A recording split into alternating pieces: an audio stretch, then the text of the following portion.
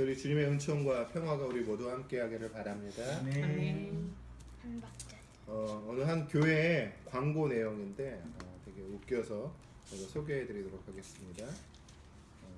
첫 번째 광고, 내일부터 사흘간 있을 금식 기도회에 많이 참가하시기 바랍니다.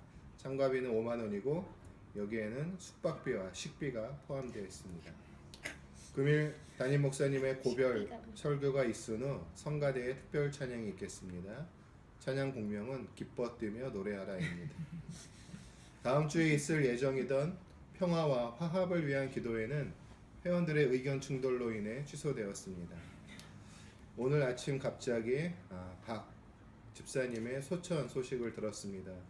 여러분 다 같이 유족을 위로해 주시기를 바랍니다. 이번 순서는 찬송가 이런 기쁨 또 어디 있으랴를 부르겠습니다. 다음 주에는 소프라노 이집사님의 특송이 있겠습니다. 그리고 목사님께서 견딜 수 없는 괴로운 경험이라는 제목으로 말씀을 전하시겠습니다. 다음 주 여선교회 주최로 각 가정에서 필요 없는 물건들을 가져와 싸게 판매하는 행사를 갖도록 하겠습니다. 잊지 마시고 남편들을 꼭 데리고 나오시기 바랍니다. 풍자죠. 보면은 교회 다니는 사람들의 어떤 뭐랄까 이중적인 모습들을 풍자하는 그런 내용입니다. 2014년도 기윤실에서 3년 만에 대한민국에서 개신교 종교 신뢰도를 조사를 하고 발표를 했는데 개신교 신뢰도가 최하위였어요. 이 낮은 신뢰도는 그 비신자들에게 어떤 종교를 선호하냐라는 조사에도 그대로 반영이 되었는데 기독교를 그러니까 개신교죠. 개신교를 가장 신뢰한다는 응답자는 8.6%, 카톨릭은 32.7%, 불교는 26.6%를 선호하고 하는데 개신교는 8.6%밖에 되지 않은 거죠. 그 이유가 뭐냐? 언행일치가 안 된다는 거죠. 말과 행동이 다르다. 교회 비리와 부정부패, 타 종교에 대한 배타적 태도 등이 뒤를 이었어요. 응답자들이 한국 교회에 원하는 모습이 뭐냐 하면은 봉사나 구제가 아니라는 거죠. 대한민국의 교회들이 우리가 봉사하고 섬기고 구제합니다. 현실에서 많은 교회들이 그 헌금을 통해 그들의 재정을 통해서 힘들고 어려운 이들을 돕고 있대요. 대한민국에서 그런 구제 비용의 70%는 거의 개신교에서 나온다는 그런 기사도 본 기억이 나는데 믿지 않는 사람들은 그걸 원하지 않고 그리스도인들의 윤리와 도덕 실천에 더 힘써야 된다라고 대답을 하고 있습니다. 오늘 한마디로 우리 그리스도인들이 하나님의 말씀대로 살지 않으며 믿는 대로 살지 않으면 비신자들의 믿음을 이끌어낼 수 없다는 거죠.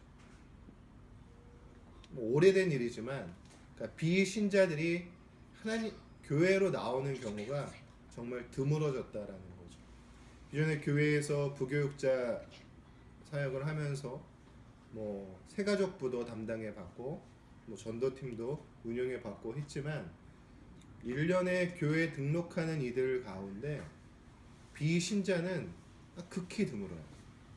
거의 한 0.5% 정도밖에 되지 않을 터인데 우리가 오늘 믿은 대로 말한 대로 살고 행동하지 않으면 그들의 믿음을 이끌어내는 것이 쉽지가 않다는 거죠. 오늘 말씀을 좀 볼까요? 사실 오늘 말씀은 저는 1장에 보면 예수님께서 제자들을 부르세요. 세례 요한의 제자였던 안드레를 부르시고 또 한 제자를 부르시고 베드로와 빌립을 부르시고 마지막으로 나다나엘을 부르십니다. 저는 이 2주 전에는 제가 이제 흥겹게 정겹게라는 제목으로 사람들의 기쁨을 위해서 우리 포도주로 바꾸신 예수님에 대해서 말씀을 전하고 또 우리 역시 가는 이 길이 흥겹게 정겹게 가기를 원합니다라고 말씀을 전했는데 이 맥락에 의하면 그 제자들을 통해서 예수님께서 때가 이르지 아니었음에도 불구하고 물이 포도주로 바꾸게 한 목적이 있었다라는 거죠. 오늘은 거기에 초점을 맞춰서 한번 말씀을 살펴보도록 하겠습니다. 1장 51절에 보면은 예수께서 그에게 또 말씀하셨다. 내가 진정으로 너희에게 말한다. 너희는 하늘이 열리고 하나님의 천사들이 인자 위에 오르락 내리락 하는 것을 보게 될 것이다. 그리고 2장 1절에 보니까 그로부터 사흘째 되는 날에 갈릴리 가나에 혼인잔치가 열린 거예요. 예수의 어머니가 거기에 계셨고 예수님과 1장에서 예수님이 부르신 제자들도 그 잔치에 함께 초대를 받은 거죠. 그런데 3절에 보니까 우리가 2주 전에도 살펴봤듯이 포도주가 똑 떨어졌어요. 그래서 예수님께서 예수의 어머니 마리아가 예수님을 불렀죠. 3절에 보니까 같이 읽어볼까요? 3절 시작. 그런데 포도주가 떨어지니 예수의 어머니가 예수에게 말하기를 포도주가 떨어졌다 하였다. 결혼식 파티에 포도주가 떨어졌어요. 제가 지난번 말씀드렸듯이 이 결혼식 하객으로 온 이들에게 엄청난 결례가 되는 거죠. 그런데 마리아가 그냥 단순한 하객은 아니었던 것 같아요. 그래서 예수님을 불러서 이런 상황에 대해서 이야기를 하고 좀 해결해 주기를 요청하는 거죠. 마리아가 왜 예수님께 이것을 요청했을까? 마리아는 예수님께서 어떻게든 이 난국을, 이 어려움을 해결할 것이다라는 그런 믿음을 갖고 있었다라는 거죠.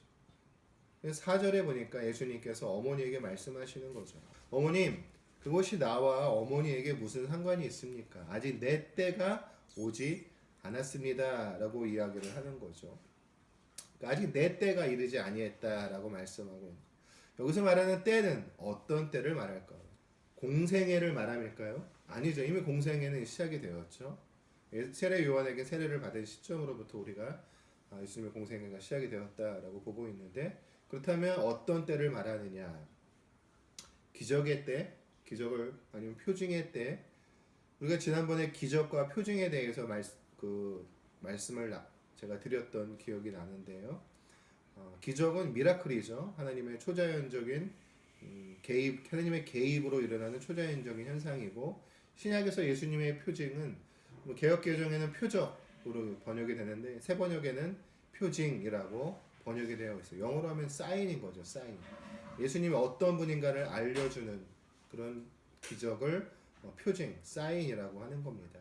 그러니까 예수님께서 메시아이고 그리스도이신 것을 나타내기 위한 목적으로 행하는 초자연적인 현상이 바로 표징이라는 겁니다. 표징. 내 때가 아직 이르지 않았다라는 것은 예수님 스스로 메시아인 것을 드러날 때가 되지 않았다는 거죠. 내가 여기서 이 인간적인 방법으로 해결할 수 없는 이 상황을 해결하기 위해서 초자연적인 어떤 그런 이적을 행해야 될 터인데, 그를 통해 당신이 드러나는 것은 아직 때가 되지 않았다라는 거죠. 여기서 우리가 주목할 두 단어가 있는데 바로 표징과 믿음입니다. 11절에 다 나와 있는데 11절 같이 읽어볼까요? 2장 11절 시작. 예수께서 이 첫 번째 표징을 갈릴리 가나에서 행하여 자기의 영광을 드러내시니 그의 제자들이 그를 믿게 되었다. 네. 서두에서 웃긴 얘기하고 오늘 교회의 현실에 대해서 말씀을 드린 이유는 우리가 어떤 교회를 만들어 가야 할 것인가 좀 더 많이 고민을 해봐야 될 것 같고, 그리고 우리가 그 교회의 모습에 대해서 우리가 논의하고 하는 이 과정 속에서 우리에게 필요한 게 뭘까 하는 그런 생각을 해봤고, 그래서 오늘 말씀을 전하게 된 건데, 여하튼 계속 말씀을 전하면, 그래서 어머니가 일꾼들에게 5절 마리아가 일꾼들에게 이르기를 무엇이든지 그가 시키는 대로 하세요라고 요청을 하게 되는 거죠. 예수님의 대답을 들은 마리아는 일꾼을 불러서 예수님이 말씀하시는 대로 그대로 행할 것을 요구하고 있는 거죠. 예수님께로 갔어요. 예수님께서 일꾼들에게 두 가지를 요구하십니다. 6절, 7절 말씀해 보니까 예수님께서 일꾼들에게 두 가지를 요청했는데 첫 번째는 그 정결 예식을 따라서 갖다 놓은 그 돌 항아리에 물 항아리에 물을 채워라라는 거죠. 두 번째는 8절에 보니까 떠서 잔치를 맡은 이에게 가져다 주어라라고 했죠. 그래서 그 일꾼들이 그대로 했습니다. 항아리에 담은 물을 주전자에 담아서 연회장에게 갖다 주라는 것이죠. 하인들이 그대로 했더니 어떻게 됐습니까? 어떻게 됐죠? 물이 부서지고 네, 물이 포도주가 됐어요. 그 어떤 포도주보다 빈티지라 그러죠. 포도주. 정말 오래된 연수, 정말 비싼 그 어떤 비싼 포도주보다 맛있는 포도주로 변했어요. 그런 생각을 해보자. 아마도 우리가 하나님 나라에서 먹게 될 포도주가 이 포도주가 아닐까 하는 생각을 해보게 됩니다. 연회장은 신랑을 칭찬했고 신랑은 어리둥절했을 거예요. 왜 이런 일이 일어났을까? 그런데 종들은 알고 있었죠. 9절 볼까요? 일꾼들 시작. 잔치를 맡은 이는 포도주로 변한 물을 맛보고 그것이 어디에서 났는지 알지 못하였으나 물을 떠 일꾼들은 알았다라고 하는 거죠. 자, 또 누가 알았을까요? 엄마. 네, 엄마가 알았어요. 마리아도 알고 있었습니다. 그리고 또 한 부류의 사람들이 알고 있었어요. 마리아가 알았고 일꾼들이 알았고 또 누가 알았어요? 예수님이 제자들이 알았죠. 11절 말씀 시작. 예수께서 이 첫 번째 행을 갈릴리 가나에서 행하여 자기의 영광을 드러내시니 그의 제자들이 그를 믿게 되었다. 예수님께서 첫 번째 표징을 행했어요. 자신의 영광을 드러내셨죠. 여기서 말하는 예수님의 영광은 메시아, 그리스도, 구세주로서 오신 당신의 영광, 하나님 나라의 도래를 의미하는 거죠. 바로 그것을 위한 표징이었습니다. 메시아로서의 영광을 드러내고 하나님 나라가 임한 것을 표징을 통해서 알리신 거죠. 그러니까 예수님께서 이 이적을 행하신 것은 누구에게 보이기 위함입니까? 바로 제자들에게 보이기 위함이었어요. 그래서 제자들은 예수님을 믿게 된 거죠. 메시아로서의 예수님을 믿게 되었습니다. 여기서 제자들의 믿음이 있기까지, 그러니까 제자들이 단순히 그 표징을 보고 예수님을 믿게 된 게 아니에요. 제자들의 믿음이 있기까지의 흐름이 있다는 거죠. 거기에는 마리아의 믿음이 필요했어요. 일꾼들의 순종이, 그리고 예수님께서 그 순종을 통해 이루신 표징, 그리고 그로 인한 제자들의 믿음이 있었죠. 오늘 본문에서 중요한 단어가 표징과 믿음이라는 겁니다. 그런데 이것을 여기서 우리가 간과할 수 없는 사실은 그 표징과 믿음을 가능하게 한 것이 있었는데 바로 일꾼들의 순종이었다는 거죠. 그러니까 마리아의 믿음은 일꾼들의 순종을 요구했어요. 일꾼들의 순종이 예수님의 표징을 이끌었고 표징은 제자들의 믿음을 만들어냈다라는 거죠. 여기서 우리가 초점을 맞추고 싶은 것은 일꾼들의 순종이라는 거. 일꾼들, 특별히 순종보다 일꾼들에게 좀 집중을 해볼까요? 일꾼들이 순종해서 예수님의 표징이 이루어졌어요. 그러면 일꾼들이 순종하지 않았다면 예수님의 표징이 이루어지지 않았을까요?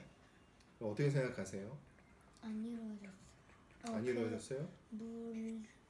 포도주 맛이 좀 이상했을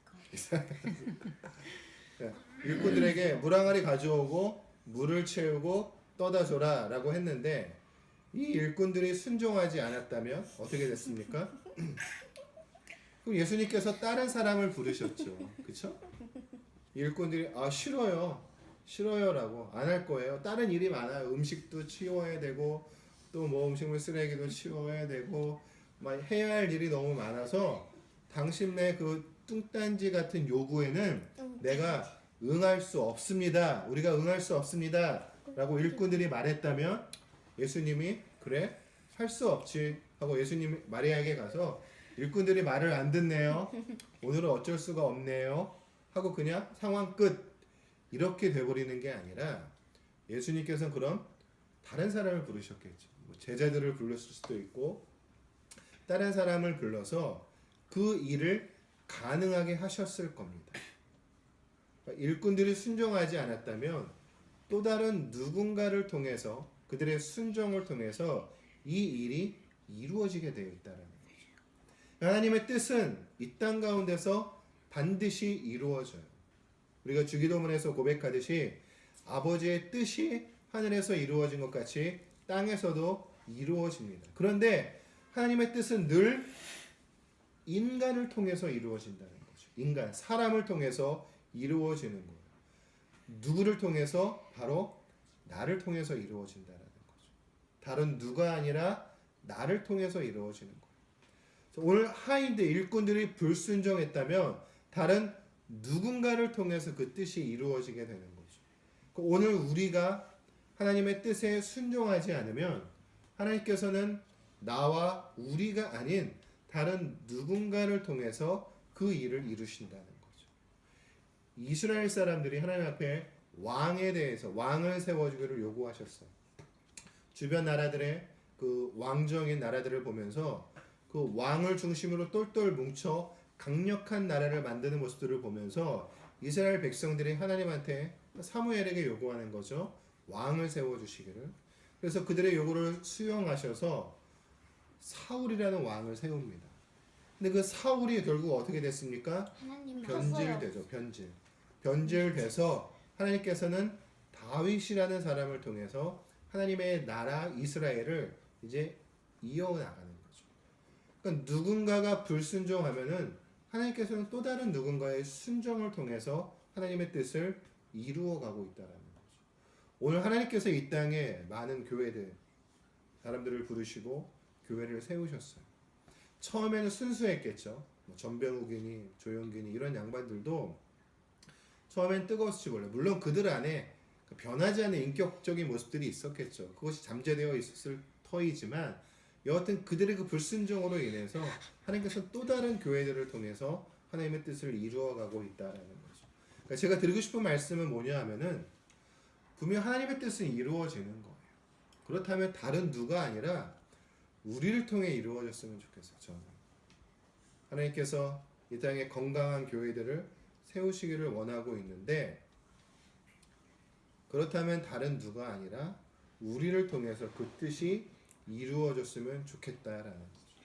제가 2013년도에 그 교회를 사임하고 나와서 이제 새로운 교회에 대한 건강한 교회에 대한 꿈을 갖고 교회를 좀 개척했으면 좋겠다라는 마음이 있었어요.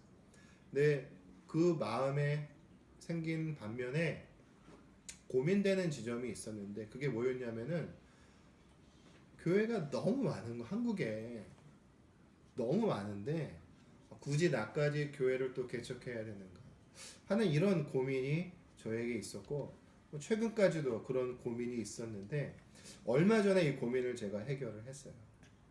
참 저는 올해 이 3달을 하면서 참 여러모로 참 감사한데 그 중에 하나가 이런 거죠. 그래서 은유라는 작가가 글쓰기의 최전선이라는 책을 썼는데 거기 이런 구절이 나와요. 이미 훌륭한 글이 넘치므로 나는 글을 써야 할 이유가 없다. 그런데 내 삶과 같은 조건에 놓인 사람, 나와 똑같은 생각을 하는 사람, 나의 절실함을 대신할 수 있는 사람은 아무도 없다. 내가 쓸 수 있는 글은 나만 쓸 수 있다고 생각하면 또 기운이 난다. 이것이 내가 글을 써야 하는 이유다. 같은 마음이 들었어요. 그러니까 저와 같은 조건, 같은 생각, 같은 경험, 제 절실함을 대신할 수 있는 사람은 없다는 거죠.